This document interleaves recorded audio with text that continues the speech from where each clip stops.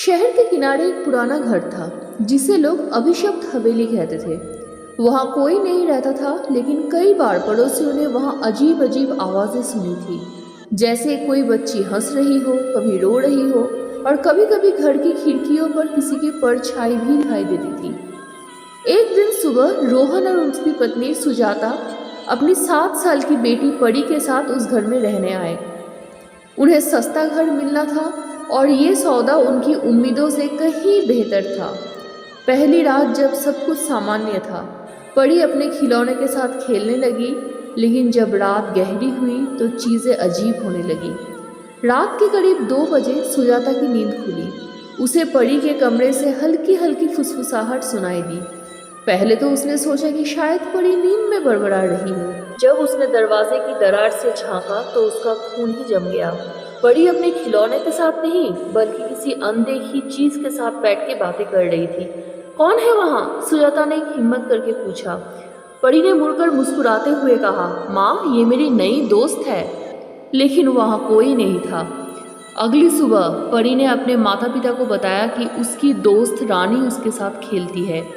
जब रोहन ने पूछा कि रानी कहाँ रहती है, तो परी ने हवेली के सबसे पुराने कमरे की ओर इशारा किया।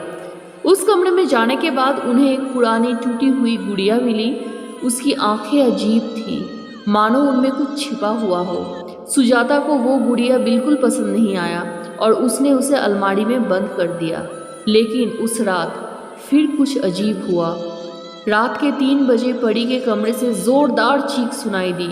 जब रोहन और सुजाता भागकर अंदर पहुंचे तो परी बिस्तर के कोने में दुबक कर पड़ी थी और अलमारी का दरवाज़ा खुला हुआ था। गुड़िया अलमारी में नहीं थी। रानी मुझसे नाराज़ है, परी ने कांपते हुए कहा। रोहन ने कमरे की चारों ओर देखा, लेकिन यहाँ कुछ भी नहीं था। वो गुड़िया कहाँ गई? अगली सुबह सुजाता ने पड़ोसियों से इस घर के बारे में पूछा। एक बूढ़ी औरत ने बताया, सालों पहले इस घर में एक छोटी लड़की रानी रहती थी। रहस्यमय तरीके से वो गायब हो गई। कुछ लोग कहते हैं कि उसकी आत्मा इस घर में कैद हो गई है। अब सुजाता समझ गई कि परी जिस रानी की बात कर रही थी, वास्तव में वो एक भूतनी थी। सुबह होते ही रोहन और सुजाता परी को लेकर वहां से चले गए।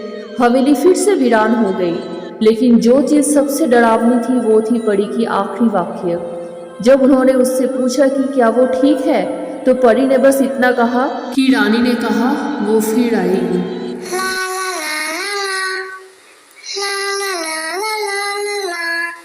Please like, share and subscribe.